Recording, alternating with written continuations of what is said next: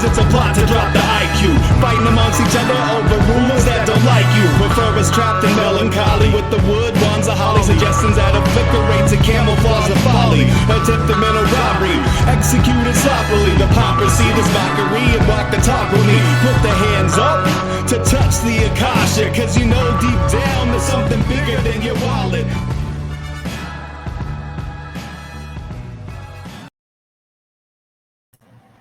Sweet eternal balance of all that is good, true, and beautiful, friends. Welcome back to Rogue Ways, but tonight it's actually a middle path episode because we're talking only of the psycho-spiritual, and that is it. I'm almost always only talking about that. I'm just doing it under the guise of other things sometimes, like politics and world events. Really, at the root, it's all spiritual in nature, and there is nothing that exists but spirit. So here we are. Here we are to talk tonight about symbols, symbolism, and ourself. I think I just said the same thing 3 times. Let's find out. So we're just going to get right in it tonight. By the way, as always, there is a hangout after our Thursday night presentation. And so if you are a supporter of Rogue Ways, then you are welcome to the hangout. And if you would like to become a supporter more directly, or rather, if you would like to receive goodies for yourselves, you can go to rogueways.org and you can buy my books here. You can also get them on Amazon, Audible, Barnes & Noble, and other places around the world. Schedule a session with me one-on-one. I do tarot, I do sound healing, I do more types of healing. I do coaching and talk sessions. I do everything that is of assistance to your development. You can read the testimony of those who have come to see me. You have the ceremony page here as well if you want to read about and perhaps look into doing ceremony for yourself with me. And you can go to the shop and get powerful Orgone Lotus votives and more. You can go to the Rogue tab, see all the different things that are Rogue Ways. You can go to the Favorite Things tab and see all the different things that some of which are affiliate links and most of which you can get a huge discount for by using the coupon code Rogue Ways. And of course, I'd love for you to sign up to keep in touch. I send less than an email a month, actually, usually. Every once in a while, there's like 2 or 3 in a row, and then I won't email again for months. So it's an easy thing to be subscribed to. And that's all on rogueways.org. You can also go to rogueways.substack.com, where it is great to keep in touch as well. You can be a free subscriber, get lots of content, and you can be a paid subscriber and get channeled source messages from the spiritual ancestors, also practices sometimes, such as those found in I Deserve Better Than This and The Power of Forgiveness, both, and other channel messages along the way. Once you're a paid subscriber, you have access to all the channel messages all throughout time. And that's on rogueways.substack.com. So I'll just start by saying, and people have said this in various different ways throughout time, but I like this way. And I also like this image and this symbol of this image that is sharing this wisdom with us right now. And this says, the universe speaks to us in symbols. What is actually true too, that's true. The universe speaks in symbols. The universe is symbolic. The language of the universe is symbols. The language of the subconscious is symbols. Symbols basically rule the world. This is why magic, magicians, and good psychologists and good shamans all understand how to use how to use symbols, or at least how to help you use them for yourself. And they contain so much power because of how densely packed the information is in a symbol. You can't get any quicker or easier or more efficient than a symbol to communicate anything, period. That's why we use symbols to communicate. We do it literally. That's what every single letter is. It's a symbol. So what every single word is, it's a symbol. So everything is actually a symbol. So symbols are interesting. Studying symbols is interesting. And more than that, it is quite fruitful for you at many levels of being to understand symbols. So we're going to look a little bit more into the symbols today. The universe speaks to us in symbols. It's true. It's true. And I'm going to keep this tab open because I would like to actually keep this image forever because it's so good. I love that it's a green heart that is saying this to us. For me personally, I'll just share with you a little bit of symbolism here. Whatever the heart may or may not represent, people have talked about how the heart is boobs. It's two boobs, right? That's the top of the heart. People have said it's a butt. As a woman has bent over, there's her posterior. That's the heart. That's why it represents love. I mean, we know it's absolutely nothing like the actual human heart, but we use it to represent that place anyways. We use it to represent what we associate our heart center with anyways. So is it a butt? Is it boobs? Is it two halves of something becoming one? This is one of my favorite interpretation. It's my own specific interpretation, right? It looks like at the bottom they've been sucked together and they're going to keep continuing to come together at the top, but they're still slightly separate. And isn't love like that?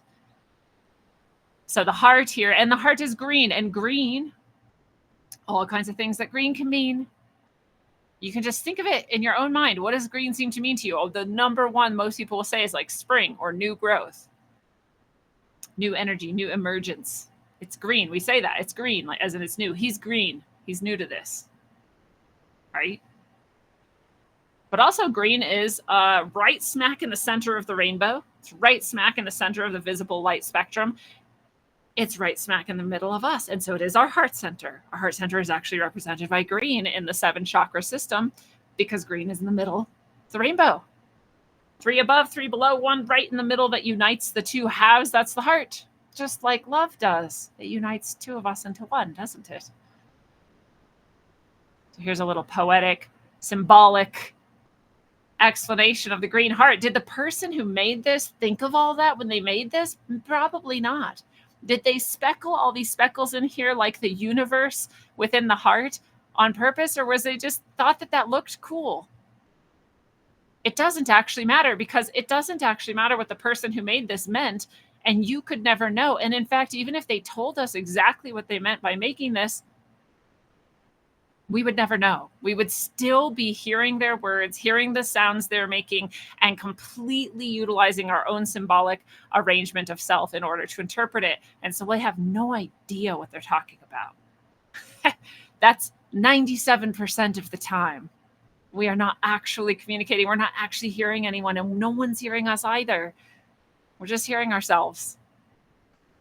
We're just hearing ourselves. Sometimes, very rarely, we become very, very good at actually listening. And it is actually very rare. And I'm not just saying that because I think it's some sort of elitist skill. I think it's very rare for someone to be healed enough and well enough to actually see other people anywhere near how they actually are instead of how the person doing the perceiving is. But back to the question, did they put this symbolic presence of the universe in the background of this star for a reason? Because also, it is said, it has been said in many different traditions, in many of my own traditions that have informed my experience as a spiritual being and understanding as a spiritual being, that the universe comes through the heart center. That if you're channeling what's actually coming through is coming through your heart center. That the universe is literally here in our heart. I have actually been shown that through gnosis. I know it for myself as I experientially was taken to the center of the universe. Center of the universe. And as I got there, I felt this is home.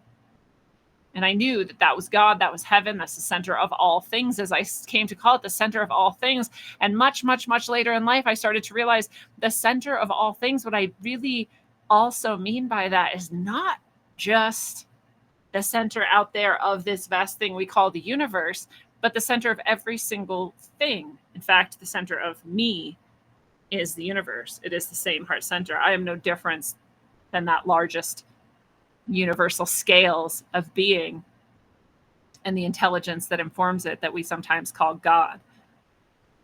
So right here in the heart, here's the universe. It is green, and the universe does speak to us in symbols, doesn't it? In fact, again, whether this person meant to or not, they channeled through a universal truth, and they layered it with the deepest of meanings by creating this simple, simple image. What a symbol. What great truths we just got to find from this one little symbol. And so I think I'll hopefully remember to keep that tab open so I can save that. Well, let's look a little bit deeper into a little bit of our history in the Western world on symbols. And this is a little ditty about Freud and symbolism. Again, you know me. This is my super old HTML page that I love. It's so janky, but I just love the old HTML writers. So this is freudfile.org. I'm sure this whole site is awesome. And this is by Jay Jones. I'm guessing the author of the site, but who knows? I mean, I'm sure I could know, but I'm not interested right now. So this article is called The Meaning of Symbols in Psychoanalysis. And he says, what is a symbol? Freud defines a symbol as a comparison where the compared term disappears. If we compare, for example, a snake with a staff, when the compared object, the snake, is no longer specified, we only have the staff, which could be a symbol for the snake. And then he goes on to say, I did not use by chance this example because a staff can suggest more than a snake to Freud. And if we know anything about Freud, we can guess it represents a penis to Freud because almost everything represents sex, a penis, and your parents, a vagina or whatever.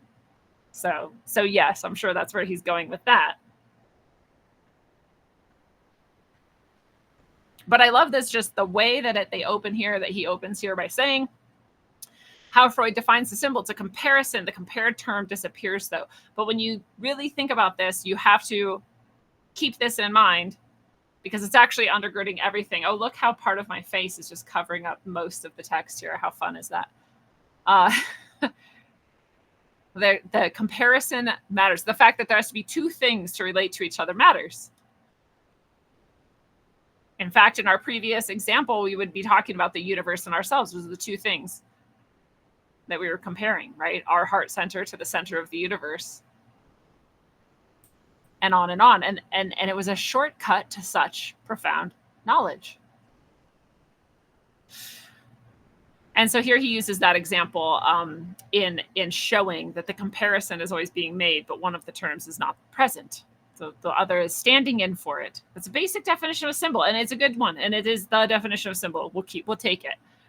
He says symbols appear especially in dreams, in nocturnal and diurnal fantasies as well, but they're also present in the awoken life, in the culture of people, in religious beliefs, in myths, and in folklore. Symbols are also present in neuroses, or more precisely in their thought content. These symbols that at first sight seem to be very different have a unique signification in Freud's view. They point to the human sexual life and more precisely to sexual organs. So again, he's always bringing it back to this. He's not necessarily wrong, although if you want to get down to it, everything in nature comes down to sex, which is in itself like a form of alchemy, right? There is nothing that is not sex in all of nature. All of things are two things coming together and creating a third thing. That's all things are. That's all that exists. Like this is life. This is the universe. So for him to say that this is what all symbols come down to, in a way, he's absolutely right. You know, he's got a lot of shit for it because people are like, not everything is sexual. You're like, well, literally everything is sexual, but no, we're also right to notice that like not every single thing we're thinking of or feeling or doing comes back to sex directly. And it's not necessarily always the point. So he's not wrong, and also he's kind of wrong, right? As all things, he came on the scene, he has this mind-breaking paradigm, and eventually it evolves. And it's good. It's how all of it is. It's all of evolution. It's also sex, right? The two things come together, become the third thing. So, of course, that would happen to his ideologies as well. He talks then about Freud describing a cloak and how a cloak was representing a man in women's dreams, an overcoat or a cloak. And then he gets kind of excited because he's like, well, in this other culture, they have a wedding ceremony, and it has to do with it's the Bedouin culture, by the way, where the bridegroom covers the bride with a special cloak known as Abba and speaks these ritual words, henceforth, none save I shall cover thee. You know, so he's like, see, the cloak is a man. And again, he's not necessarily wrong. And probably a lot of women, when they're dreaming of a cloak or dreaming of the desire to have a man claim you and hold you forever and love you like no other, whatever, right? But not every cloak is a man, actually. And I think upon even a little bit of reflection, we'll notice that is true. Some people have never had connection with the Bedouin culture, and some people don't want a man at all in their life. So there's things to think about. And so that's kind of the Freudian background, a little quick and dirty Freud for us. And Freud eventually gave way to Jung. Jung was Freud's protege. And then eventually he surpassed the master. And now most people look to Jung instead of Freud for good reason. He refined, he fine-tuned, he helped evolve these ideas of symbolism and what they mean to people and how they come up in dreams and how they come up also from the universe, because Jung also understood that there's a lot more going on in reality than a lot of people might want to think. So there's a little background here about Jung's life. His got some strong spiritualist, sort of mystic, traditional people in his immediate family. He has some mental illness in his immediate family. His mom has a big breakdown. His parents seem to be pretty horrible to him, like not treat him well. He was bullied. He realized he could get out of school by fainting a lot. So he's using all of this medical hysteria. So he gets pretty decent insight into mysticism and mental illness, or psychology in general. A dream inspired him to go to university to become a psychologist. And analyzing his own dreams, just reflecting on his dreams and what they might mean, gave him all of this deep insight in life. He also got into seances and other types of mysticism before getting into psychiatry. And so he, like many people, looked at psychiatry or the study of our psyches as where the sort of materialist science and spirituality could meet. It's no longer looked at that way. I don't know if you've noticed, but now psychiatrists, I think, amongst a lot of the soft scientists, like to distance themselves from that because of their pride and their ego, because they want to seem like they're materialists and they can fit into the materialist paradigm. And they can't. They can't and be good at their job, I'll say. That's my judgment. Take it or leave it. Have your own. And then eventually he gets connected with Freud. And as they point out, Jung needed a father and Freud needed a son, so they were like a perfect match. But Jung became increasingly dissatisfied with that everything is sex thing. And so, Jung was like, yes, it's a powerful force of life, but there's other things that are going on in the entire psychic heritage of humankind, as he says. And that is the collective unconscious. So he looks beyond just our immediate, our personal, our very, very localized subjective experiences and symbols therein, and looks to a larger, or you would say deeper level, which is the collective, all of humanity's consciousness. Right? Was this idea in existence before him? Absolutely. He just normalized it. Right? Again, so this is sort of the realm of the spiritual. The idea that all of humanity has a linked or conjoined consciousness at some level, or soul at some level, is not new at all. It's just new to this Western materialist sort of science-y type of paradigm. And Jung is great at that. Jung is great at going deeper and deeper into the mysteries, into the mysteries, into the spirituality, and bringing that into this world of the materialist, which is great. This is probably one of the most healing things in the Western world that I could point to. And Jung is another one of those people that the more I read him, not that I did not learn anything from reading him, but the more I read him, the more I was like, yeah, finally someone else who understands. Like, they say this as you're learning the mysteries or spirituality. You're not actually mostly learning anything. You're remembering things you already know. And so when you encounter them, you're like, yes, I know that. You already knew it. Now you understand it, right? Or now you can verbalize it. And that's what Jung felt like to me. I felt like we're the same person. I felt like this is a person who finally understands me. This is my family. That's how I felt about Jung. It was a good experience for me. And again, I'm not pretending like I didn't learn anything from him. I just recognized myself in him. And it was good recognition to have. So he talks about broader concepts of undifferentiated psychic energy beyond just the sexual, which could crystallize into universal symbols such as the hero slaying of the dragon, which he says represents the struggle of the ego for deliverance from parental dominance.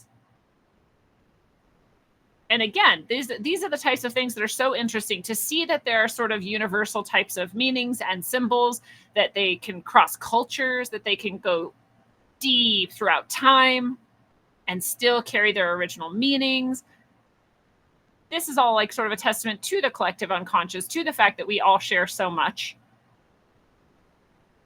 But there's both, right? We're here on the middle path for a reason, to understand that there is both the collective symbolism, the collective consciousness, and there's also the singular, the individual, the subjective consciousness. And they both matter deeply. And all of the people out there who are listening to or watching this, who have taken the dream walking class that I teach, are sitting there going, yeah, I get it. Because we talk about in that class how there is no such thing as one way to interpret a symbol. There is always the collective way of looking at it. There's the common way of interpreting the symbol. And then there's always the way that you personally perceive the symbol, because this is yours. It's your meaning. You're creating it. You're creating it for yourself. It's a communication of yourself to yourself. So you're going to use the symbols that you understand in a certain way, whether or not the collective agrees with you or vibrates it back to you, right? So anyways, they go through how Jung was sort of a cheater and had some of his own mental breakdowns. And if you want to look at him that way, however he saw them, who knows? But as you know, every time we do the Lightning Oracle round, I use my The Gnostic Jung is one of our books that we consult, because if you know me, you know I love actual Gnosticism, which is to say the knowing of the self through experience, and I love Jung. So I love that book, and we use it every second Tuesday when you get to get your questions answered and get a message from your spiritual guides or allies if you're a supporter. And I love this. These are just some quotes from Jung, not necessarily about symbolism, but this one just stands out to me. Loneliness does not come from having no people about one, but from being unable to communicate the things that seem important to oneself, or from holding certain views which others find inadmissible. Who amongst us can't relate to that? It's interesting, because if we get to it or not, I'm not sure, but Joseph Campbell is sort of the next in the line. Not truly, but it's just, there's plenty of people in this line of great symbolism loving psycho-spiritual beings in our culture. But Joseph Campbell says something very similar. And it's very similar to what I was saying at the beginning, that you cannot ask this artist what they meant by the green heart with the universe in the background saying the universe speaks to us in symbols, because no matter what they say, you will almost not ever understand what they actually meant. You will just understand what you think they meant. You will understand the meaning as it is to you. And that's cool. It's good enough, but it is pretty lonely. And the further you go into this, the lonelier it gets. The more you realize, oh, I am alone here. And actually, it starts to make sense, the whole spiritual concept that there's nothing here but you, actually. All these things around you are just other versions of you at other times in space, which time doesn't really exist. So really, it's all just you right here, right now. And so literally, it's lonely. But here we are getting to reflect back to one another, and that's the whole point of the symbol. So it doesn't feel so lonely all the time. So yes, so this is a little bit of Jung. And then Joseph Campbell steps up and sort of continues the work. I mean, I don't know how other people feel about that. That's how I feel about it. And so Joseph Campbell is perhaps, as it says here, the world's foremost scholar of mythology. Among his many books are The Hero with a Thousand Faces, The Masks of God, Myths to Live By, and its current multi-volume historical atlas of world mythology. I think current is old. Like this is, 1986. So is he even alive? I honestly don't know. I've never known actually, like at what time period. I know it was more recent than Jung. That's my concept of Joseph Campbell. I know there's videos of him, so I know it's like in the modern era. Oh, and 1997. So a little bit later. So maybe from then. I think that's when I first heard of him, actually. It was a high school class at an alternative school where we were actually allowed to learn and think really cool things. And one of my teachers just like pulled out. I don't know which of these. I think The Hero with a Thousand Faces. I'm not sure. And it all makes so much sense. So this is just a little interview of him. And he's talking about myth. But let's remember that myths are all symbolic. Of whatever people think is actually going on, they're all symbolic. And even if some of them reflect our actual history, it's also still symbolic. It's still concentrating what actually happened into as dense a packet as possible and handing it to us through time. That's the role of the symbol. And so Joseph Campbell says things like, why myth is so important. He says it puts you in touch with a plane of reference that goes past your mind and into your very being, into your gut. And I'll say, like, I would say that would be a good answer for why are symbols so important as well. They transcend the mental, really. I mean, everything's mental. But if you're talking about like your mind that's trying to analyze and grasp and categorize and do all of this, it goes right past that and into your subconscious. And it carries with it all of the information and the energy that you would need in order to understand. So same sort of thing with the myth. The myth is just a complex series of symbols. And so it does the same thing, maybe backing even more information. And it's so funny because people will try to say like, well, the only reason we even know or care about these myths is because our education system like shoved them down all of our throats over and over again. And it's like, no, like, sure. But you could pick any other myths that they didn't shove down your throat and you're going to see the same things. You're going to see them over and over again. And Joseph Campbell revealed this to the world by showing that every story is the same story over and over again. And this was one of my favorite things to teach from 6th grade through 12th grade, no matter what grade we were working in English, always visited this concept because when I taught story writing, this concept is essential for people to understand that you're only ever telling one story. And I would start by having my students tell their story. And their story, no matter what it was, they'd be like, well, what am I supposed to write about? I'd be like, it doesn't matter. Tell me about like a meal you had and loved. Tell me about a time where you like broke your leg or something. Tell me about something that seemed massive to you, or tell me about something that doesn't seem massive to you at all. It doesn't matter. Tell me a story of something that happened to you in your life. And no matter what story they picked, any random person we could call on to share their story, and the whole class could see how the hero's journey was in this story. And that actually every single thing that we tell ourselves as a story is the hero's journey over and over and over again. And hero's journey is part of what Joseph Campbell's talking about when he's saying there's actually only one story. There's actually only one myth that is ever told. And it is this. And this one's reverse direction for some reason. Usually I see this going from 12 o'clock to 1 o'clock to 2 o'clock to 3 o'clock clockwise. But for some reason, this is counterclockwise. So we'll just go with it.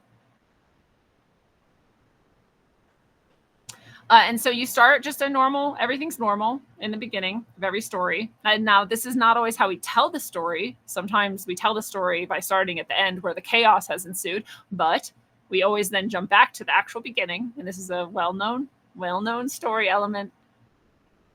And at the beginning, everything's normal. And then something happens to call the hero to adventure. Even if it's like, oh, I dropped the egg on the floor. Well, now the adventure has begun. Now you have to start cleaning the egg up. And then there's the first threshold. There's usually some sort of resistance to this. You might say, I don't want to clean the egg up. There's no paper towels. Right? And then this starts the road of trials. This starts the problems that you then solve. Well, I have to then go to the garage and get the paper towels. And on the way, there was a puddle of water on the ground. I almost slipped and fell and hurt my head. But I had to get back and clean up the egg off the ground. Then the cat jumped on my face, like whatever it is, right? And then you get to the ordeal, the cave, the facing of the dragon, the abyss. Oh, the cat's claws were furious, and the egg stunk by the time I got back to it, and everything was sure to be ruined. I was never going to get my breakfast in time. And then comes the apotheosis. You have completed. You actually managed to clean up the egg. Everything is clean. There's now paper towels in the kitchen, and you're still going to eat before you go get on the bus. You go to school. Everything's fine. The girl winks at you, and then you come back home. But you're better. You're better having overcome your trials. You have something new. Something has changed. And this is every single story. And they still don't believe me. So then we go, I say, pick any movie. Anybody pick any movie. And we do it with like 6 movies. They'll just pick up and I'll say, tell me where it starts, what happens next, and where do they get? And it's all the same every time. And they're like, wow, we've only ever told one story. And it's true. And sometimes some of these things are slightly out of order, but they're always all there. And they always go like this. And what Joseph Campbell also did was he compared it to our psychology. And he said, these things up at the top, our everyday life, coming back to our everyday life, the beginning of the adventure, they're all starting in the known. They're our conscious mind. And all these other things are in our unconscious, our subconscious mind, because they're the things we haven't faced yet. But by the end, we will have integrated into ourselves and they become known. And then we start on a new adventure. And then a new adventure. And every day is its own monomyth. And every year of our life and every 7-year chunk of our life and our whole life in general, and then our whole multiple life series in general, we just do the same cycle again and again. It's a fractal. It repeats at every level. And all we're ever doing is growing, and growth is this. This is growth. This is psychological growth. It's the growth of the soul. It's the 2 things meeting and becoming a third thing, right? You meet your shadow, and then your shadow and you integrate, and now you're new. It's the same story. It's the same thing. It's all sex. It's all alchemy. It's all creation. So I kind of jumped ahead there. Let's see if there was anything else we wanted to see in this interview. I think there was something. Oh, so he says, what? The guy interviewing says, the best truths cannot be spoken. And Joseph Campbell says, and the second best are misunderstood. So this comes back to that idea again, like we can say all we want, create all we want, put all these symbols out that we want, and still almost no one will understand. and you could never actually say what the truth is in words. The words are the worst symbols, right? Maybe artists come closest to channeling through the actual thing, perhaps.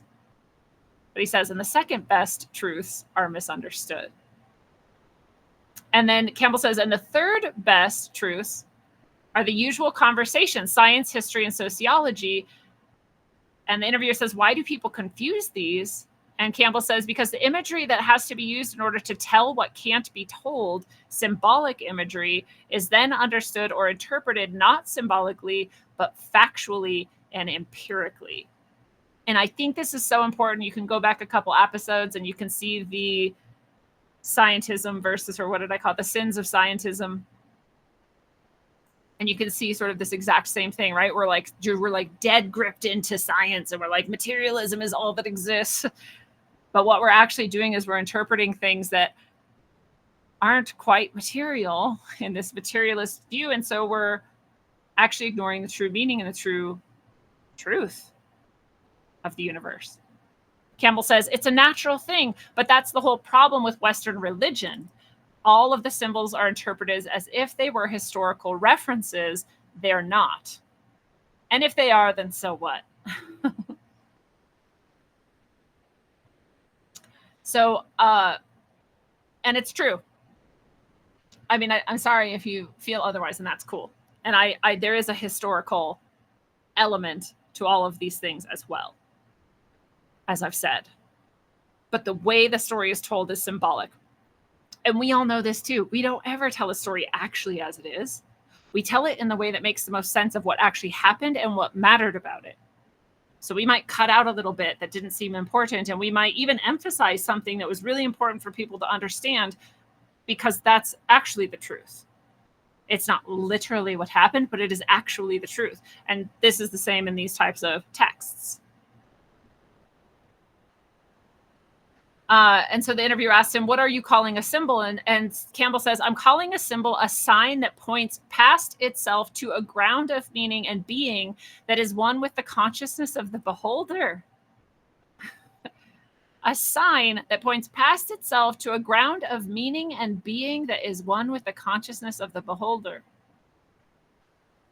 So this comes back to that thing. This is very subjective, actually.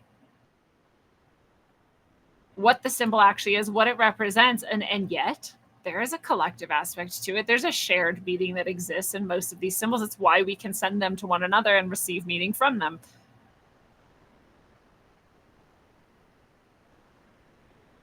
He says also, what you're learning in a myth is about yourself as part of the being of the world. And Jung was really good at this too. Jung understood all of the myths were actually talking about ourselves and our own spiritual evolution, I will call it.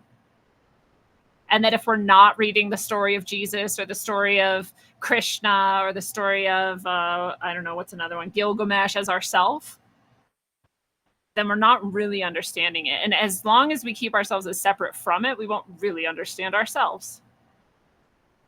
And that is sacrilege to some people. Like, how dare you compare yourself to the Savior? But he said it too. They said it too. Follow me. I am the way. And over again, we get this message from all of these myths too, that if we don't emulate this, these qualities of the hero, this path of the hero, courage of the hero, if we don't do this, then we will not proceed. And it's cool if you like do it or don't, because nobody's judging you. It's just a question of like, what are you doing? What are you doing here?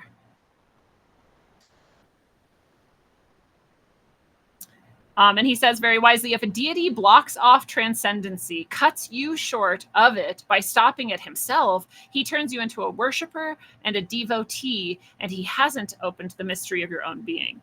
And actually, we don't ever look at people who do that as the highest type of people. We don't look at them as the Savior. We don't look at them as the Christ consciousness incarnated. We only look at those. I mean, I'm talking about in the biggest we, like at the highest levels of consciousness. The ones that we have identified as masters have always done their best to tell us, you are this, you're doing this, you're the saved one, you're the Savior, you're the ascended one, you're the master. This is within you. And all the ones that don't, we forget because they're stupid, because they suck, because they're narcissists. So anyways, this is Campbell, and this is part of what he brings into it. And again, we see the mystic combined with the materialist. We see the spiritual combined with that scientific sort of mind. And thank God for Western culture that these people existed. Joseph Campbell also says in another quote, the symbols of mythology are not manufactured. They cannot be ordered, invented, or permanently suppressed. They are spontaneous productions of the psyche. And I love this. I'm saying this a lot, but in a different way, where I'm saying it will never, ever matter. Whatever we call darkness or evil, whatever we call the psychopaths and their psychopath class and their shenanigans, it will never matter what they do. They could not stop nature from existing. They cannot stop the universe from existing. They can't stop the universe from coalescing. They can't stop intelligence from manifesting. They can't stop consciousness from moving forward. They couldn't. It would spontaneously just create itself again. They could delete everything on the internet in a moment and come around burning all the books like in Fahrenheit 451, and still the same exact truths would come back and come out. again and again and again, because this is something that exists as consciousness, and consciousness is not material, although it's within everything that's material. Jung also said, myths are first and foremost psychic phenomena that reveal the nature of the soul. Boom.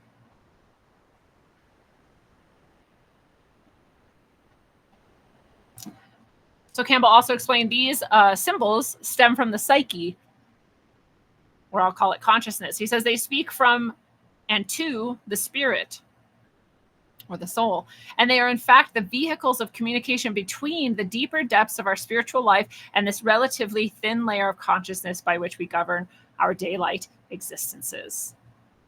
So in the dream walking class, we're always talking about these layers of consciousness, and that the dream is actually the medium by which all of them interact, and by which you can therefore learn, know, and do anything,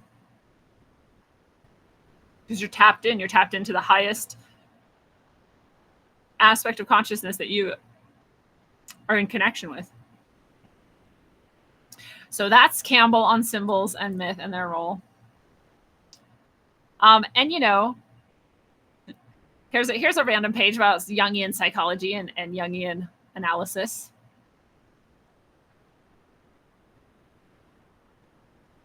And he says, Carl Jung used symbol analysis as one of the foundational blocks of Jungian analysis. He wrote extensively on the subject, including how the representation of symbols in dreams have a powerful role in developing an understanding of the message of the unconscious mind, like we're talking about with dream walking. There are other psychologists who use symbol interpretation in their analytical methods. Freud, for example, saw symbols as critical in understanding the message. In Freudian analysis, symbols are typically ascribed to sexual meaning, as we've been talking about, while Jung saw symbols as representations of the archetypes. The archetypes are another way of talking about this collective unconscious, this shared human psychology and pathways of evolution and the different stages of that evolution. And however else other people want to describe this, we sometimes look at archetypes as their own like personality. But if you think about it, they're like points along the soul's evolution, right? This is why the tarot, the major arcana, hits on all the archetypes. These are all the stages of a person going through essentially the hero's journey. Again, because it's everywhere, because that's all there is. And so symbols are representations of those various archetypes, ruling types in our psychology. These archetypes, they say, are collective images or patterns of behavior or tendencies that are developed from the evolution of the human species. So they said it in a different way, right? I'm talking about the evolution of the soul, the evolution of your consciousness. They're talking about the evolution of the species. It's actually the same thing. The same thing. The material is always going to reflect the spiritual. So it says the collective unconscious creating the various archetypes is seen as the background for the universal recognition and use of specific symbols in various cultures. This shared historical or primordial image give rise to universally recognized symbols across the globe and throughout different cultures and peoples. And so this is this interesting thing. We have this idea of universal symbols.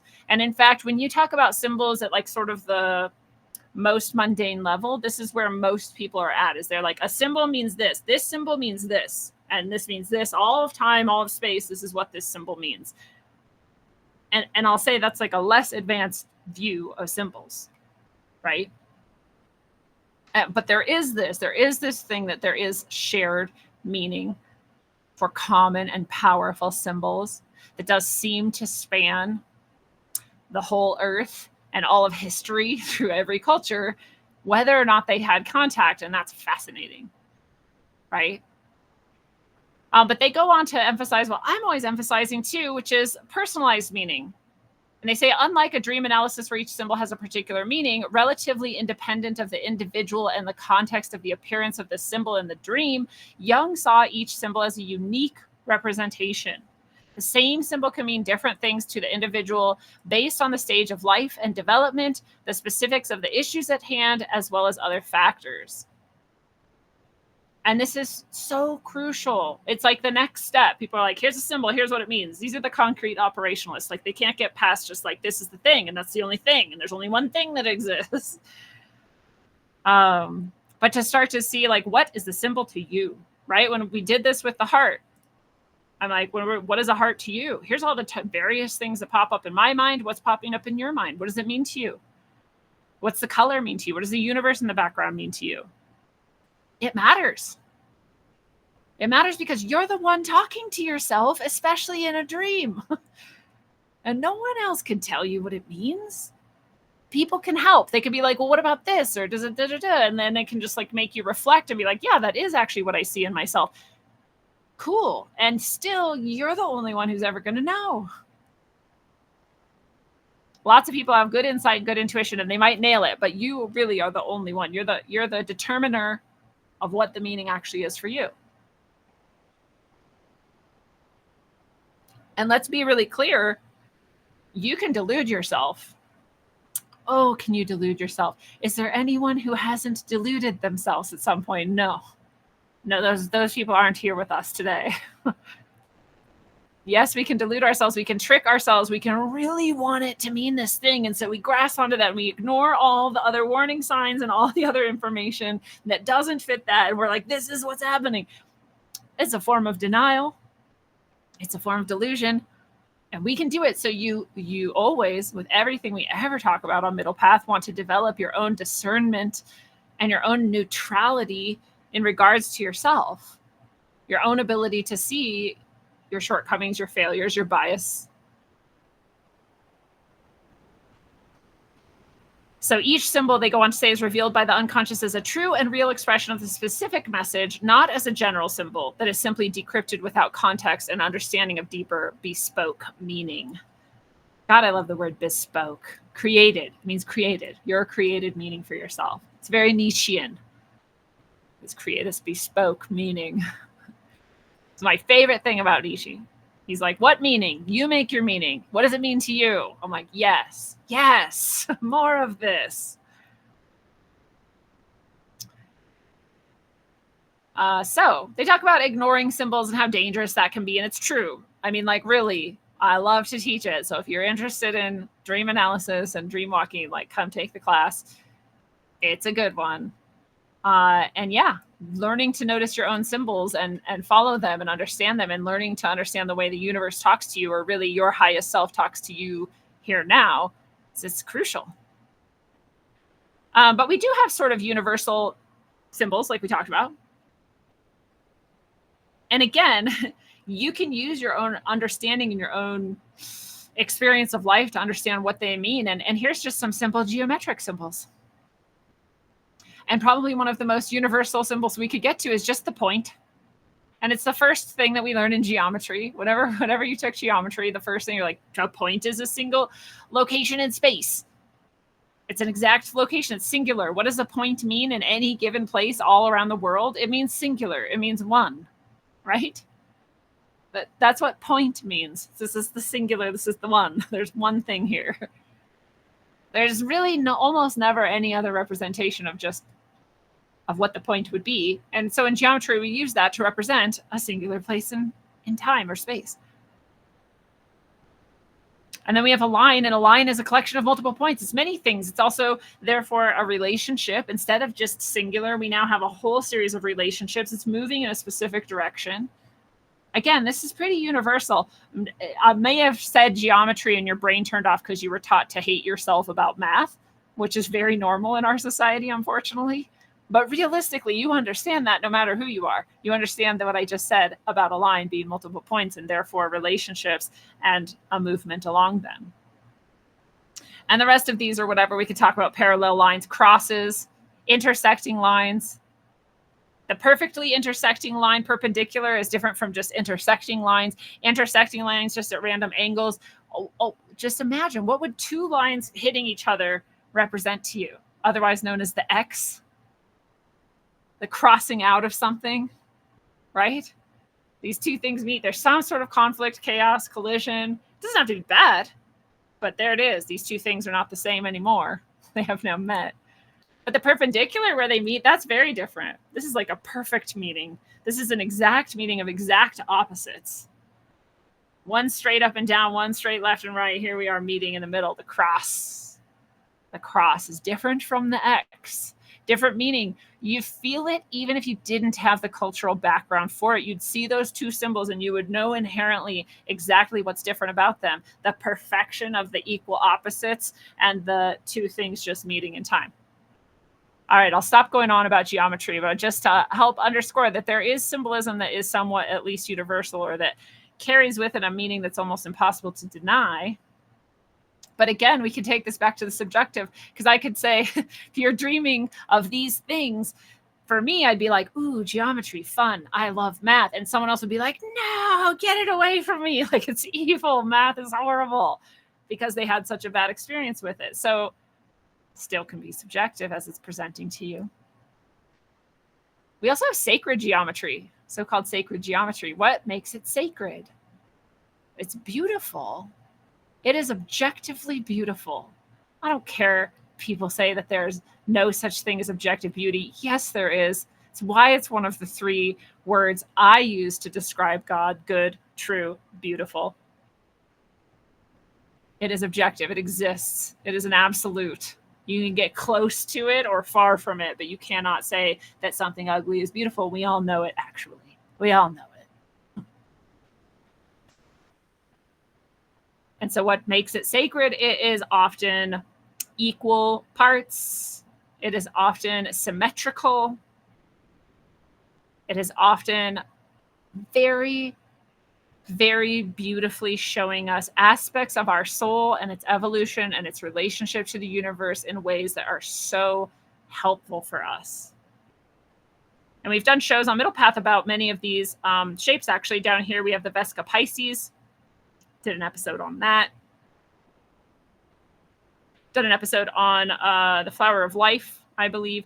Done an episode on, where was it? The Tree of Life with the Sephiroth. Sephiroth. For you Final Fantasy VII people out there. Done an episode on the number 5, and so the pentagram and the pentagon featured heavily in that episode. So we've touched on a lot of these, and in each of those we notice how these symbols represent these very complex concepts often, and they pack so much information into them so that when you look at the Vesica Pisces, something in you understands perfectly what is meant, even if you can't verbalize it, even if you haven't gotten to the place where you've internalized it deeply. But you recognize it and you recognize the meaning. Something in you just understands the triangle, understands that the triangle is 2 points coming together and becoming the one thing, the third thing, a different thing. It's like we could go through each of these symbols and we could talk about their number and the other shapes embedded in them and what's inverted and what's not and how they're interacting with each other. And we would get all of this meaning out of it. And it's not an accident.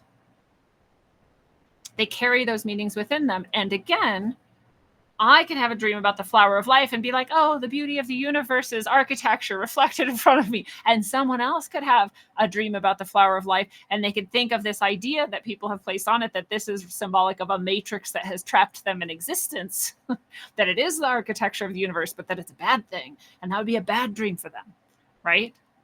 It'd be a different dream. It'd have a different meaning.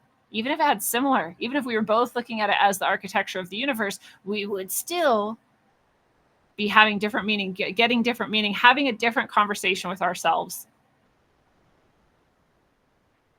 So there's the universality and there's also the subjective, right? It's not a middle path unless we combine the two extremes. So here we are. So a lot of these symbols that are considered common and that are considered universally meaningful are not so much. You know, one of the ways that I remember first really deeply understanding this was one of my teachers, I think it was 6th grade. She went to Japan. She came back. She did like a couple lessons on like various Japanese things. It was pretty cool. And one of the things that she taught us was that in Japan, when someone's wearing all black, they're the good guy. When someone's wearing all white, they're the bad guy. Like, it's not super universal, just like here, it's not either, but it is actually deep within that culture, those colors, and they're exactly reversed from the West. In the West, the white is good and the black is bad. right? The black is the shadow and the white is the light. And in Japan, for whatever reason, it's just flipped. It's flipped. So it's not. Things aren't universal. Things actually mean something very specifically based on which area of the world, your culture, your background, your own personal experience, and more. Here they say, for example, that the raven represents a bad omen. It foretells death or disaster because they feed on corpses. I have no connection to that meaning with raven. When a raven comes to me, I consider it such an awesome blessing because they're some of the smartest birds that exist. Their intelligence exceeds that of many humans, and they're hilarious, and they love to mess with you. I love them. They're little trickster guys, and they're funny, and they remind me to smile and laugh. They're a positive symbol for me. There has never been a time in my life where a raven has showed up and I've been like, oh no, it's death. And I'm very aware that other people say that, but it's never going to mean that to me because that's not how I view ravens. And same with, here's a butterfly, right? I also use the butterfly symbol to mean transformation. We've seen butterflies go through one of the most profound transformations of like any physical being, dissolving themselves in the cocoon and then reforming themselves as a flying creature. Like, it's pretty amazing. So yes, I use that symbol. And they talk about that symbol here in this very simple explanation of symbols. But many people might hate butterflies. Then some butterflies now not a symbol of transformation to them. It's a symbol of fear, terror, destruction, who knows what. So there's a lot of these things. We can see in it what seems universal. We could analyze it for the concepts it seems to hold or mirror back at us. We can see ourselves in it. And it's sad. It's sad sometimes symbols become embedded in people, and their relationship to it becomes so embedded that they can't actually have a different experience around it. Right? Like, how many people do you know? I know a lot of them who claim to have been traumatized by Christianity, but whatever is actually happening, they've come to a hateful relationship with Christianity. So the cross is like the worst thing to them. They're like, oh, the evil cross. Oh, Christians are so horrible. And so they hate the cross. And it's sad because there is, again, if you can remove sort of your subjective experience and look at the universal aspect of it, the cross is one of the most beautiful symbols just in and of itself, right? What the cross actually represents. And no, it doesn't represent murder or killing someone or torture even. Whatever they tried to make it mean in this myth, or whatever actually did or didn't happen in history. The cross is very simply, it's a human, for one. It's just us, right? We have a longer torso than we have arms that go out, and I guess they're supposedly the same length. I don't know, whatever. Right, but our center of crossing is higher up. It's not right in the middle. So it's a human on some level. When you fold it all up, it is a perfect cube, which is interesting. People have therefore decided that Christianity represents the cult of Satan or Saturn, because Saturn is also represented by the cube. But whether or not you think that or not is cool. But the cross is also very simply heaven and earth combining here in this temporal plane of material existence. The material existence is the horizontal, and the vertical is the heaven to earth connection. Right? Was that what's more beautiful than that? Is that not your experience here? That you are connecting heaven and earth here in this space? That's the cross. It's you in two ways. It's you as a soul and you as a literal physical human. And to not be able to connect with that because of this negative experience, like, this is why we have to see symbols as universal. We have to see symbols as very subjective, and then we have to be able to tell the difference as well. We don't have to do anything, rather, but that's probably the best way to move forward as a being. So, they go through all of these different symbols: peace sign, rainstorms, occult symbols, hearts, skulls, stars, darkness. And the truth is, you could pick almost any object that exists and almost anything that's ever been, and it can be a symbol. Every picture is a symbol. Every letter is a symbol. Every sound is a symbol. Everything is a symbol. So yeah, there's a lot of them. And again, there's these spiritual symbols, and the spiritual symbols are no matter where you get them from, they're pretty cool. They hold some pretty advanced information in them. Right? The Ankh is life, it's eternity, it's vitality, it's the cross, but there's a circle on top instead of this just connection. And that circle represents that everything has become united into one. That's a higher level of consciousness there. That is eternal life. That is the life force energy. There's also just the symbolism of the lines meeting with the circle, right? These two completely separate things have become one. Heaven and earth have become one. Highest consciousness has been yours to achieve. There's the Bagua, which is not the word that I know this as, but this has to do with the I Ching, the hexagrams, the trigrams that make up the I Ching. It also has to do with the eightfold path. It also has to do with the 8 elements and the 8 sacred beings that represent them. And this is all out of Taoist, sort of Buddhist background. Taoist more so. I can't actually even remember the word now that I've read Bagua. It's like the only thing in my mind. I want to say like Pakta or something. I can't remember right now. But yeah, and in the center is the yin yang, showing that all of these things reflect each other perfectly. Even when they seem opposite, they always contain at least an element of their extreme opposite. None of them are separate from one another, and it really is just one thing. That's a beautiful symbol, like no matter how you break it down. And when you can then create something like the I Ching and the 64 hexagrams and all of the meanings and all of the archetypes of the soul, right, as it's going through its progression from this symbol, like that's pretty intense. It's pretty intense. It's a pretty great symbol. That packs a lot of information in it.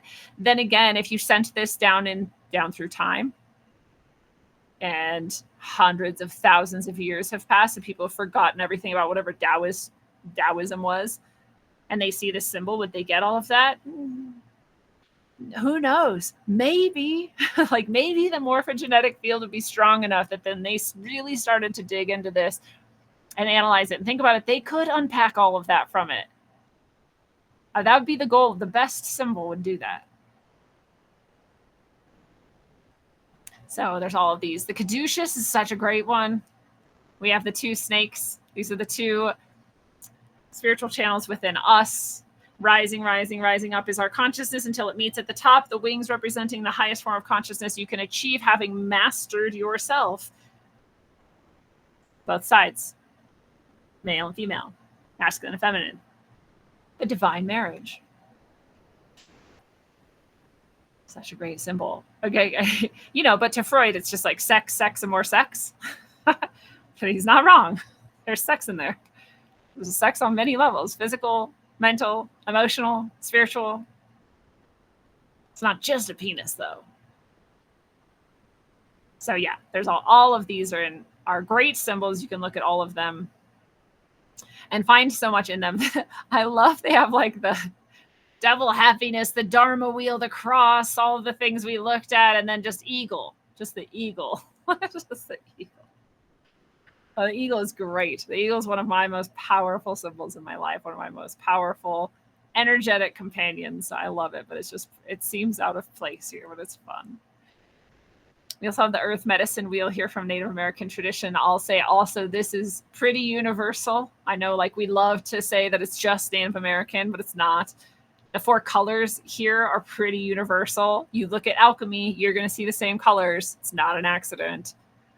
The 4 directions being split up like this, not an accident. The 4 elements being here, not an accident. This is pretty universal too. Pretty universal. And a lot of these are.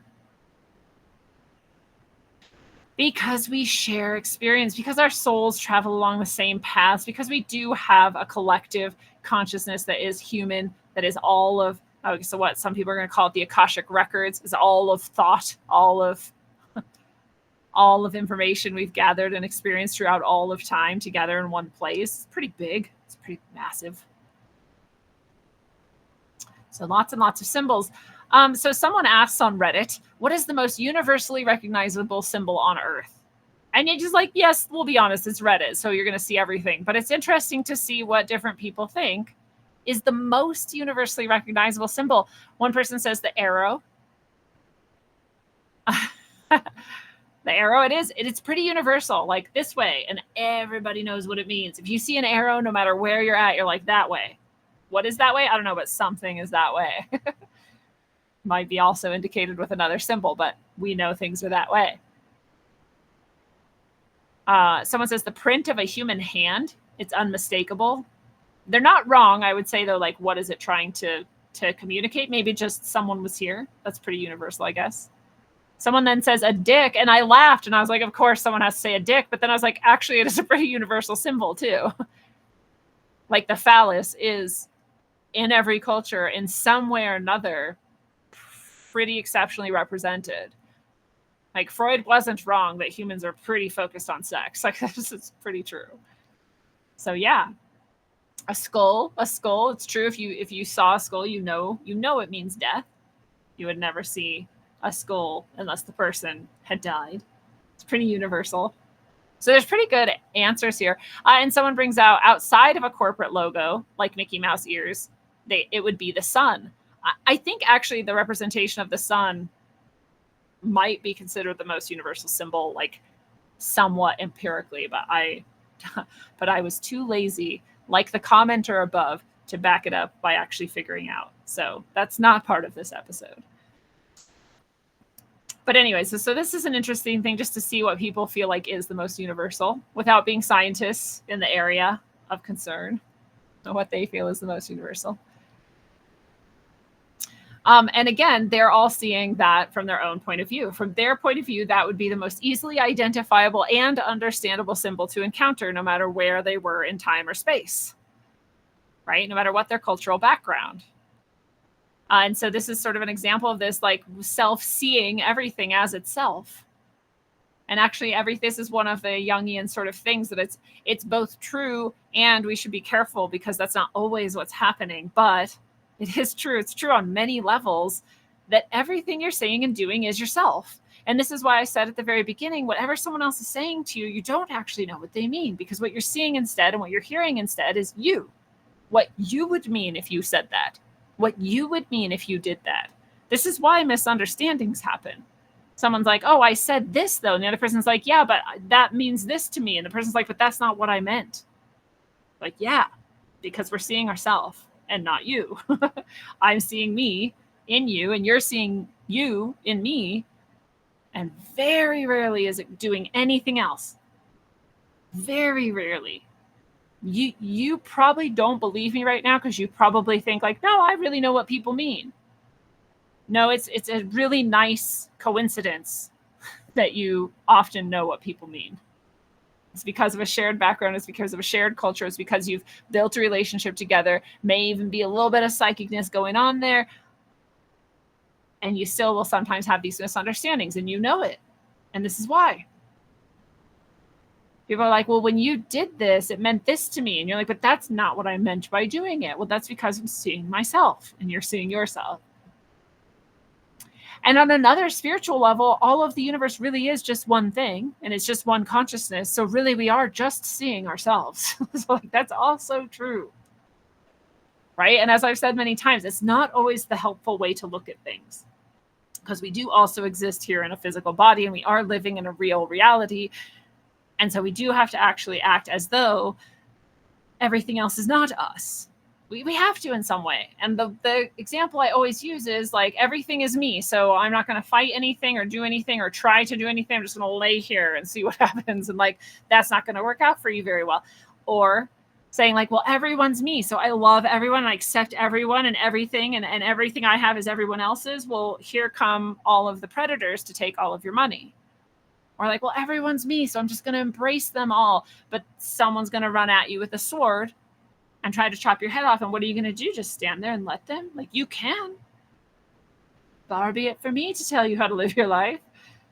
But you probably won't, because you see in this moment that, yeah, that's technically me in some way, because we're all emanations of the same source and we're all evolving. And so some point I've been doing that same thing, and at some point that soul's been doing what I'm doing, but right now we're not experiencing things as oneness. And to get to that point, is different than just pretending you're there. Oh, I'm just there because I just know that it's true, so I'm just going to act that way. This is not really effective. So you see everything as you, and everything is actually you.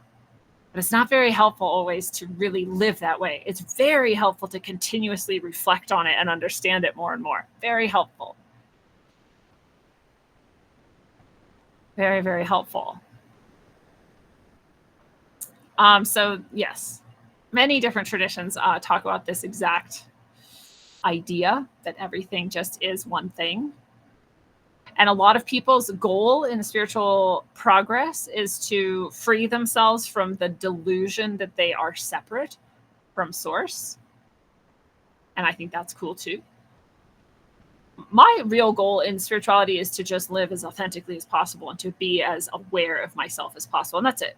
I don't have, goals of never incarnating again. I don't really know what the purpose of that would be. Like, I'm clearly here because I wanted to be here, and it's fun, or it serves me in some way, or I grow in some way, and I'm not going to pretend I'm not coming back, because if I feel like it's a good idea to come back, then I'm going to come back.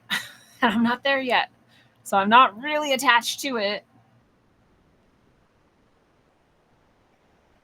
But it is like deeply the goal of a lot of people to see so truly how everything is you that you get to release this idea that you're this little self, right? We talk about this a lot.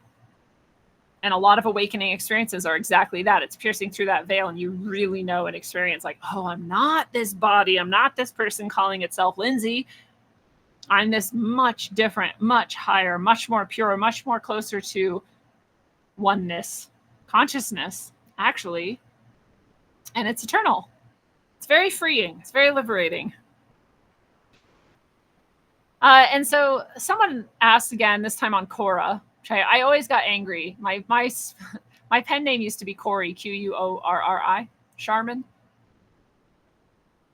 And then Quora came around and I was like, you're stealing my name. Even though it's different, it feels very similar to me. So Quora asks, are there any universal symbols that are recognized across cultures? So we kind of talked on this, but I love this idea this person brought up that said,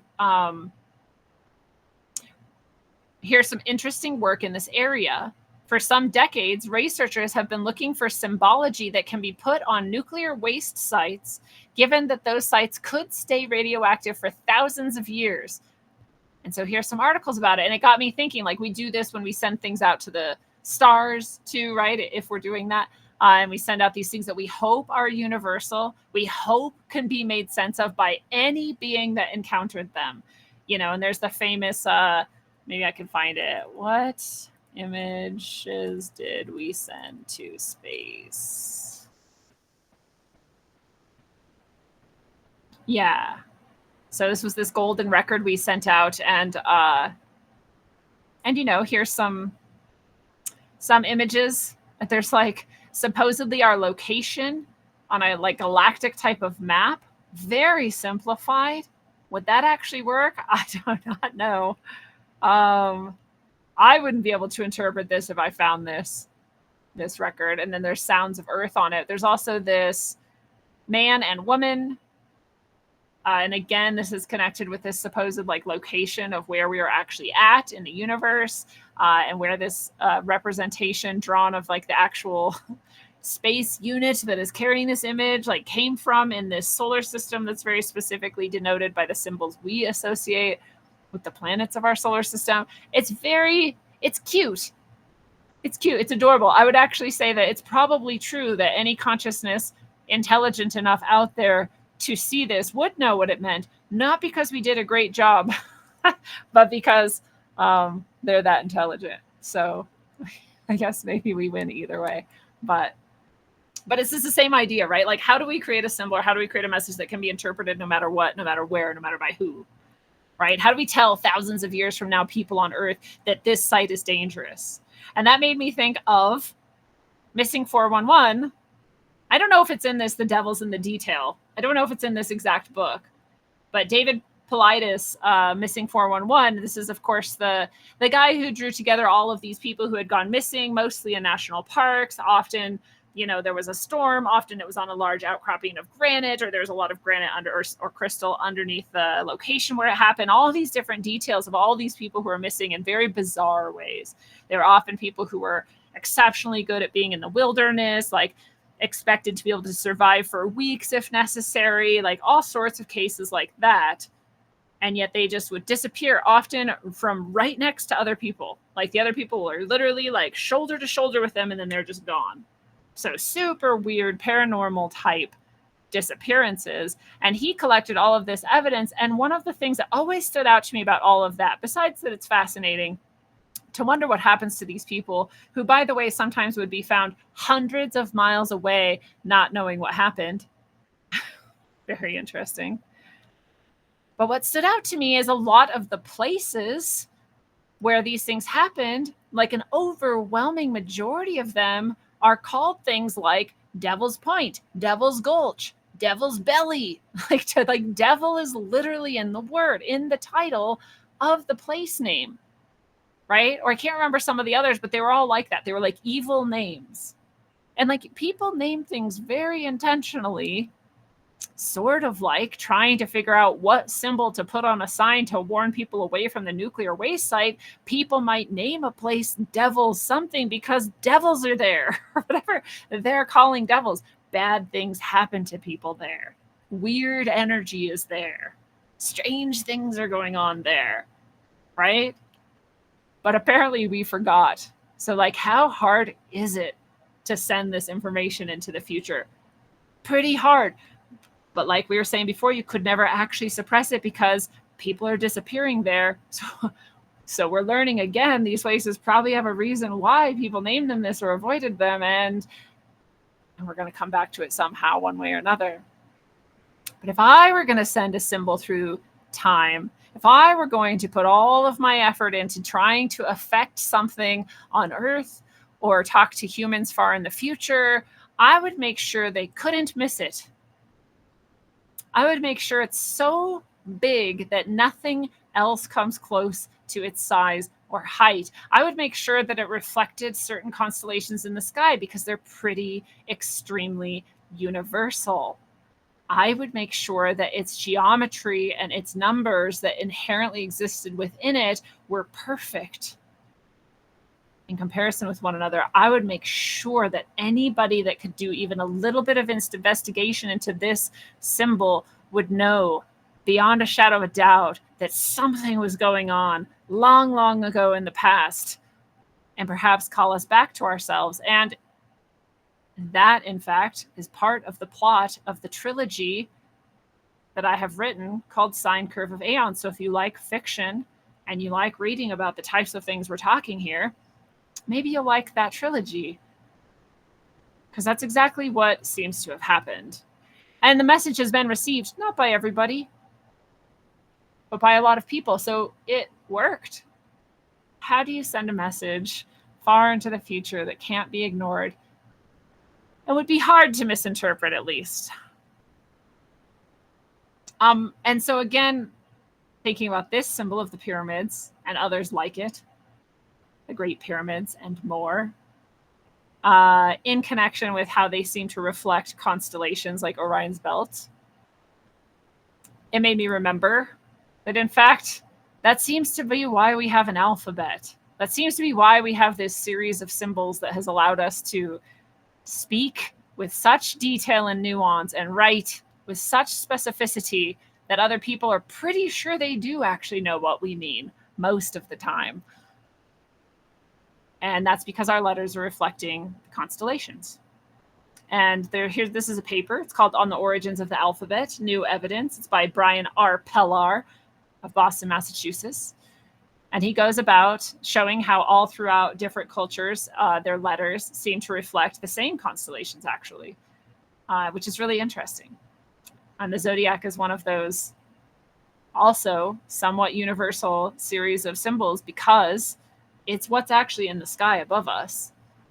And yes, even the specific constellations we've picked out, they're not universal, but they're pretty common because the sun travels around the ecliptic, and that makes the zodiac because those are the signs that are on the ecliptic. And so, yeah, there's some things that are universal. There's some ways to transmit information through time. There's some ways to transmit information from person to person. And you can be relatively sure that people will have some idea, at least, of what you meant. But this is always going to be the absolute truth. And that is what Nietzsche said, words are but symbols for the relations of things to one another, and to us, nowhere do they touch upon absolute truth. Nowhere. So what the symbol means to you is actually the most important part of it. What it means to you in this moment, what you are experiencing, what you are being told by yourself, whether it seems to be coming from the universe as a synchronicity, or it seems to be coming through dreams or some other way, that's the most important thing. The universality of it, whether or not you can ever communicate to another being exactly what you mean right here and right now, or thousands of years down the road, is never going to be as important as what you can understand about yourself here and now in this relationship to yourself, which is all that exists. And so that is your crash course in middle path symbolism. and I would like to invite you again to get those books. That trilogy is super fun to read, if I don't say so myself. And also come to the dream walking class. The next one's going to be in October. So in October, we're going to do another round of the dream walking, October 2024. It's a good time of year to do it as well. All times of year are great to do it. It's always just a different experience because we're in a different place. And so mentally and energetically, things are different. So that'll be fun to do. I hope that you can join me there. I'll just say there's this person, you've got to love them. This is a person on Rumble named Razor. And he's decided I'm an MK Ultra shaman. So just to warn you guys all, that's Razor's message to you. MK Ultra shaman. I'll add it to the list. MK Ultra shaman is actually a new one. Razor called me something else the other day that was also new. Shoot, I can't remember it now. But, Agent of the Pope, that was the first, perhaps the best. MK Ultra shaman, though, that's pretty good. Like, I might have to make a t-shirt. MK Ultra shaman. So, yes. Sorry. We do love you, Razor. You are welcome here. And so, yes, what if nothing else, whenever you are considering what something means to you, whether it's a synchronicity, whether a certain bird has come and landed in front of you and started screaming at you, like, what does it mean? Like, whatever is going on, you should always use your context to determine it, right? You should always be thinking, like, what was I thinking and feeling at the moment? What does it make me feel like? And what does it make me think of for this to occur to me? Right? And what does that mean to me? Because again, what a raven means to me is not what a raven means to you. I can talk about it all I want, but I'll never really know if you know what I mean, but you can develop your own meaning. That's the gift. That's the gift that we all have. And until you know it and use that gift for yourself to develop along the infinite path that is your soul's development, travel well, aim for balance, and always look inside first. Mwah.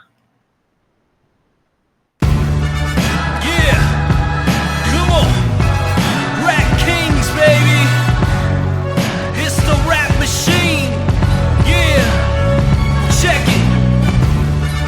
Gray bearded pirate, my motherfucker unknown. Yeah, come on. In the place with my fist up, meaning I resist the bullshit that they feed us and lead us. This is just a part of the process, man. Just watch this, cause this shit's about to get crazy like a mosh pit. We lost it, toss it, let's start it again. Cause now with technology, with smarter men and women, this is the beginning, not the end. And this is the message of hope that I send. Look on your TV, it's a culture of death. They'll keep on lying to the very last breath. We keep on striving and spreading the truth. It's hard to survive in this world for the youth. The door is closed, the old world is dead. Let's have an age of understanding instead. I'll include you and you include me. Let's see what we can build with some positivity. Let's go, you're moving too slow. Let me see your hands if you know what I know. Come on.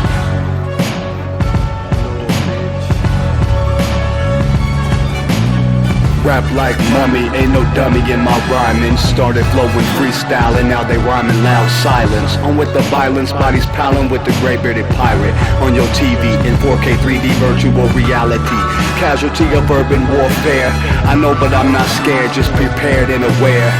Shining my light through the tunnel of hope. Into the rope, but I'ma give it one more pull till the family is full.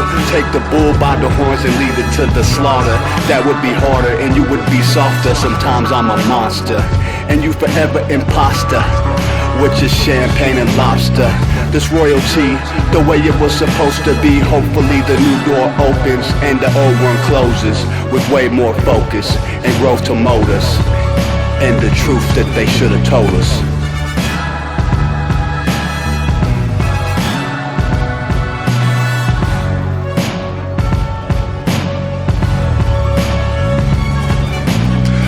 To them screens, it's a plot to drop the IQ. Fighting amongst each other over rulers that don't like you. Prefer us trapped in melancholy with the wood wands of holly. Suggestions that obliterate to camouflage the folly. Attempted mental robbery, executed sloppily. The pauper see this mockery and walk the talk with me. Put the hands up to touch the Akasha, cause you know deep down there's something bigger than your wallet. Everyone got a gift, everyone got a light. They want you to forget that ish, cause they can't dim the bright. The positive vibration takes you past the sign shackles, from the sewers and the alleys in the moving castles. Who these assholes really serving with an exposed Achilles surgeon around the corner lurking to prove ascension trumps perversion? Learn them to catch fish and unplug the signal. Show them the simpletons now build the fucking temples.